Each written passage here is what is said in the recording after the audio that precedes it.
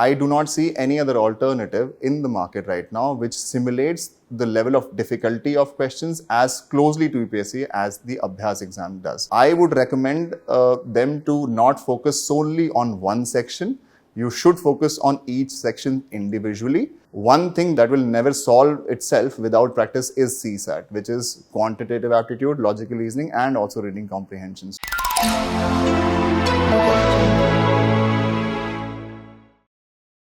Hello dear aspirants, welcome to this special series of discussion on UPSC Prelims Preparation 2024. Today we have with us Ranchan sir, an esteemed faculty for CSAT at VisionIAS. Welcome sir. Many thanks, Priyank, for having me. Sir, UPSC Prelims is on 16th of June and with less than 2 months are remaining, the students are facing a lot of challenges. Please highlight some of the challenges that the students are facing. See, Mrigank, one thing that has not fundamentally changed, even though the exam has changed quintessentially, is the fact that closer to the time of prelims, a lot of students feel the need to consolidate what they have read, and a lot of aspirants, wake up to the reality of how effectively they have studied much later. Now, regardless of whether you have been testing yourself from beginning itself or whether you have awakened yourself to that reality now, one thing that does not change fundamentally is that closer to the time of prelims, you will find it very difficult to consolidate your sources and to take a lot of tests. So, understanding the requirements of this exam, understanding where you are placed closer to the time of prelims, and a lot of time management pressures, they do pop up around this point in time. So that has not changed, at least in my opinion. So what are your suggestions for the students in tackling these challenges? My suggestion to the students has always been, and that does not change once again, is closer to the time of prelims, you should be focusing on revision more than reading newer things. So if you have not made your short notes already, might as well not waste time in making short notes now.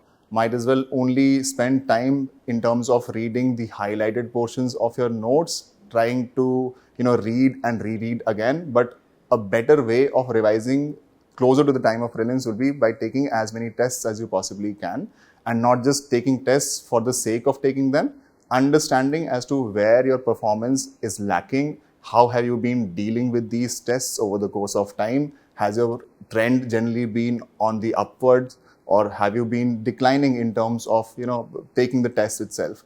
I think closer to the time of prelims, you have to get into what we call the exam mode. So my advice will not fundamentally change, which is don't pick up newer things right now. Try to focus on revising and taking tests. That does not change. So you highlighted upon the significance of taking tests. And in the preparation of the students, where do you see Abhyaas and what role can Abhyaas play? One thing which since I started preparing myself, and I mean it has been quite a long time since, is there any alternative available to UPSC question papers? Is there any test which closely simulates not just UPSC in terms of the kind of questions that they are asking, but also simulates the exam environment? Since UPSC you have to take offline, Abhyaas comes in very close in that aspect, in the sense that it is conducted in over 100+ cities. So that gives you one opportunity to show up at the exam center and deal with the exam pressure, as will happen in your UPSC prelims itself. So that is one advantage. Secondly, I do not see any other alternative in the market right now which simulates the level of difficulty of questions as closely to UPSC as the Abhyaas exam does. So in that aspect, I would place Abhyaas prelims very close to what UPSC may ask you. Yeah. And also one more thing which I would like to add here is the fact that the number of students that take this exam, given the scale of this exercise that we conduct, that will also help you very accurately place yourself in comparison to your competitors, which is very important for any test series in my understanding. So sir, how can students analyze their performance based on how they perform in Abhyaas after the test? One thing I try to maintain always is when students appear for tests, they may get a certain score. What aspect of analysis they normally completely ignore is those questions that they got right. Typically, I have found that kids do not, or aspirants do not fundamentally evaluate those questions that they got right, thinking that their logic or their knowledge was absolutely correct.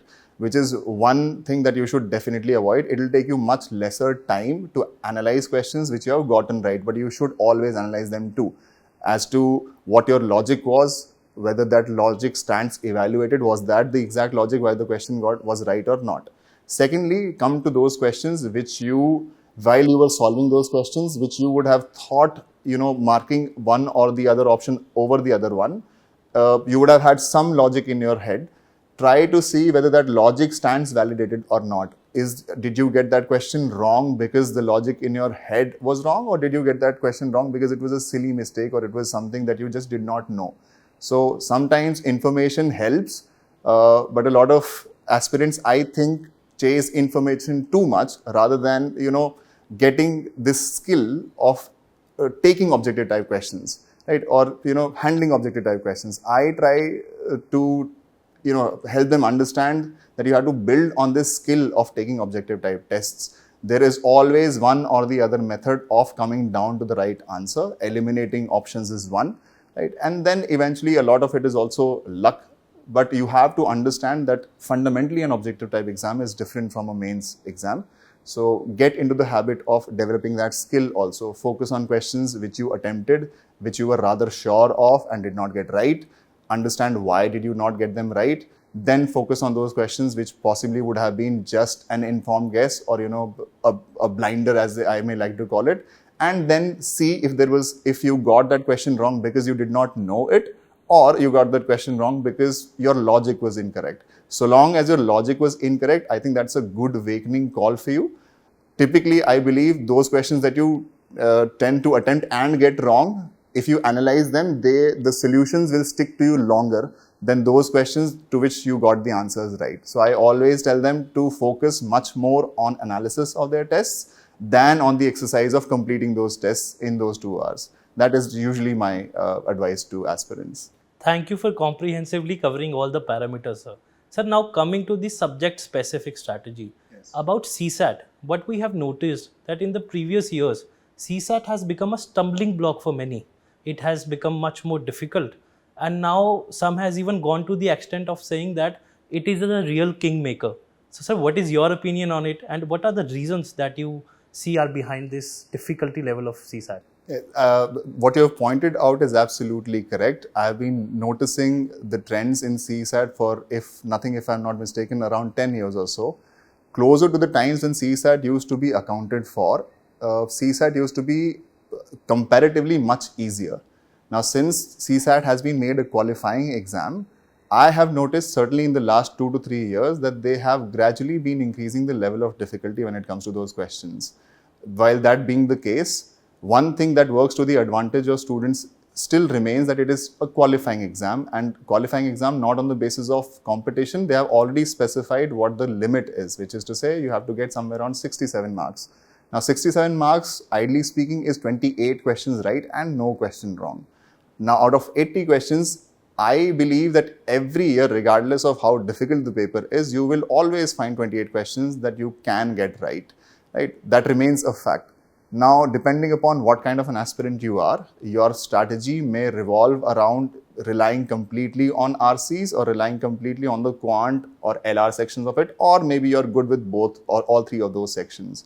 What I recommend to students more specifically in this exam is, because a lot of these aspirants are aspirants who have lost touch with maths quite a while back, I would recommend them to not focus solely on one section.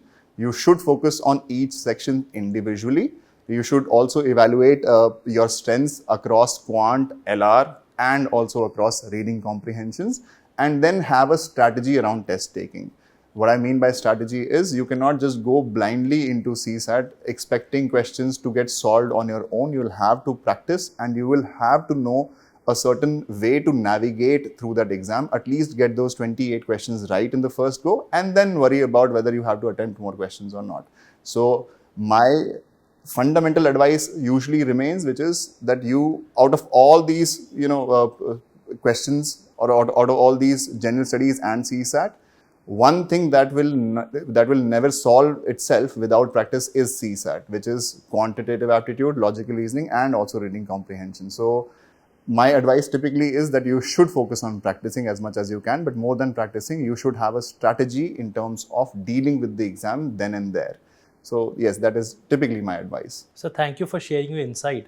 But sir, I would like to have your opinion on balancing the time with respect to GS paper 1 and CSAT. So you have already spoken about how to balance with respect to GS paper 1. But when we see at the exam, it comprises of both, and now just 2 months remaining. Please suggest some strategies or any approach in balancing GS paper 1 and CSAT. Sure, Megan. What I've noticed certainly in this exam is because this exam invites a lot of aspirants who do not have that kind of background. And what I found in my experience dealing with students and aspirants is the fact that typically students tend to leave CSAT for way late in their preparation journey. I have dealt with it in classes also, and even now I keep dealing with the same kind of queries coming in from students, which is when I find that they are a little too late in terms of starting their practice. Right now, having said that, it's only 2 months very close to the exam. One thing I can definitely tell you is that there are still enough and more topics from quantitative aptitude and logical reasoning and reading comprehensions that will help you sail through the cutoff very, very easily. In terms of time management, I would request all aspirants to at least have time-based targets for themselves, which is because you have 2 months remaining to your exam, at least try to have one topic or one theme for 1 week when it comes to quant, one theme per week for logical reasoning, and there is no such thing in reading comprehension. So one theme per week would mean typically around 4 to 5 questions a day. And 4 to 5 questions a day, I don't think take a lot of your time, right? The basic principle has to be that for those areas that I find myself comfortable dealing with, I should be able to do intermediate to difficult questions. There will definitely be areas where I am not very comfortable dealing with them, but with practice, I would be getting better at those. So for those sections, I should be able to attempt intermediate questions. And for those areas which I typically tend to find a little too difficult, at least I should be able to do the basic, very, very simple questions. Why I say that is because when you go and attempt the exam, you will have to develop this ability to find those questions that you think you can easily do. With quantitative aptitude and logical reasoning, one thing that works to the advantage of aspirants is what I would say is confidence. If you get one question right, you then develop the confidence to be able to tackle another question. If you go and start solving questions and 1, 2 or 3 of these questions you cannot solve, then that leads to a lot of loss of confidence, which is bad fundamentally. So at least have an understanding of what your areas of strength are. Look at previous year's question papers, try to map how many of these questions have come from your areas of strength. Find out certain topics where you find yourself that I will get better at these topics by preparing or by practicing so much more. Understand and map those questions too, and then do not leave out something completely. At least for those topics which you find very, very difficult, try to solve very easy questions at least, so that if a low-hanging fruit does show up in the real exam, you at least don't leave out on that. So having said that, I am very, very sure that each year, regardless of how difficult the question paper is, you will be able to identify 28 such questions, which you can very, very easily do. And not 28, in fact, I can go so far as to say that there will be some 35 to 40 such questions that you will easily be able to do, right? 5 questions per day, one topic per week, going from now till your main exam. I don't think that will take you more than 1.5 hours every day. That's about it. I think it's very manageable. Thank you so much, sir. It was really insightful. Sir, apart from academic challenges, students also face a lot of non-academic challenges. And what we have seen through our mentoring exercises, through our regular contact with the students, that they face stress and anxiety issues. Their mental health is not in order. So with respect to these issues, what advice that you'd like to share with our students? I think what we tend to forget here is what is the root cause of that anxiety.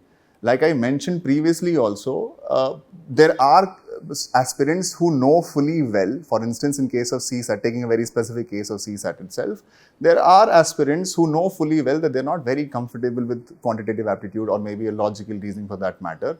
And if you leave the preparation aspect of it for much too late, this is going to pile up and become a source of anxiety and tension for you much later, right? Having said that, one way to relieve yourself of the stress and anxiety is to understand that you're not alone in this. Everybody, regardless of how well prepared they are going to feel the pressure, because it is eventually, that is, your prelims is typically about a year apart. So, all the hard work that you have put in over the course of time, it is going to be tested now. So, regardless of who you are, how brilliant you have been throughout your life, it is going to bring in that kind of anxiety and that kind of stress. Right? For some people who are not very well prepared, it may lead to a lot more stress.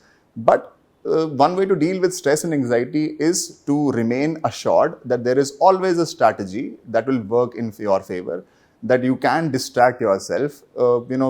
Taking a stroll around the park does not really, affect your chances. So that is one thing. But what I would fundamentally request aspirants to have is a strategy, which is to say, not rely completely on luck. At least have a strategy. If you have a bad strategy, that can be worked upon. If you do not have a strategy at all, that means then you're completely relying on luck itself. One way that I've seen a lot of aspirants develop this confidence is by having a strategy. For instance, in your exam, like coming to CSAT itself, in your exam, you should know that I'm going to attempt reading comprehension later, in the later half of the exam. Why? Because if my ability or if my strength is reading comprehension, typically reading comprehensions in UPSC have been known to be quite complicated, right? So if you are completely hinging upon your success upon how many questions in reading comprehensions you're going to get right, then that means you're going to read those passages even more, like time and again. You're going to spend even more time in terms of getting those questions right, and yet not be very sure. So one way of dealing with that is to have a strategy wherein you'll place reading comprehensions a little later in your exam taking. Typically tend to denote somewhere around 40 to 50 marks, 40 to 50 minutes, for quantitative aptitude and logical reasoning. Try to clear the cutoff in the first half itself, and if not the cutoff, at least try to acquire as many as like 30, 40 odd marks in the first half itself, so that you can, make up for the remaining 27, 30 odd in the second half. Right? Knowing this would mean that you have taken tests. Unless you have taken these tests, you will not understand that there is one way of going about these tests. Right? And that is going to pile on into your anxiety. And I've seen this very commonly, that aspirants tend to get a little too late in terms of establishing what a correct strategy for test taking should be. I get a lot of mails around this point in time, especially around CSAT, which is something that I find quite unique, because if there is an area of weakness, you should be working on that first, right? Come back to other things later. Having said that, what I can definitely assure my aspirants, my fellow aspirants or my students here, is to understand that regardless of how well prepared you are, 2 months is going to be more than enough time. If you develop this strategy, you are going to have a lot less stress. And if you still have stress, you can always distract yourself. Maybe, take up something which is a hobby of sorts. Maybe go around for a stroll. Right? Do things that will help you distract yourself. But yes, remain focused. It's a challenge, I understand. Thank you, sir. Although you have covered each and every aspect in a great detail, we would still insist you to have some final words of motivation for our students. My final words of motivation to students would be that I understand where you are finding yourself. It's a difficult spot, but know it fully well that you're not alone in this. Everybody faces the same brunt, the same pressure. You are going to see yourselves through if you remain focused around this point in time. Now is not the time to get too distracted. Now is the time to consolidate yourself and build up the strength. Keep yourself healthy, develop some healthy habits, go around, keep yourself a little light-headed. Right? I think that should see yourself through. Develop a strategy, that's about it. Nothing more than that. Don't take too much stress, especially around this point in time. That is not going to help. Right? Remain focused, develop some good habits, and have enough belief in yourself that what you have done, the amount of hard work you have put in the last 12 months or 15 months or so, it is going to pay off. That will be my advice today. Thank you, sir. Thank you so much for your valuable insights and giving us your precious time. Thank you so much, Vigan. Thank you so much. Dear students, we hope that this session was informative and helpful for you. In your pursuit for success, remember, resilience and determination are your greatest allies. With positive mindset and dedication, you can remove all the obstacles and achieve your dreams. Best wishes from VisionIAS.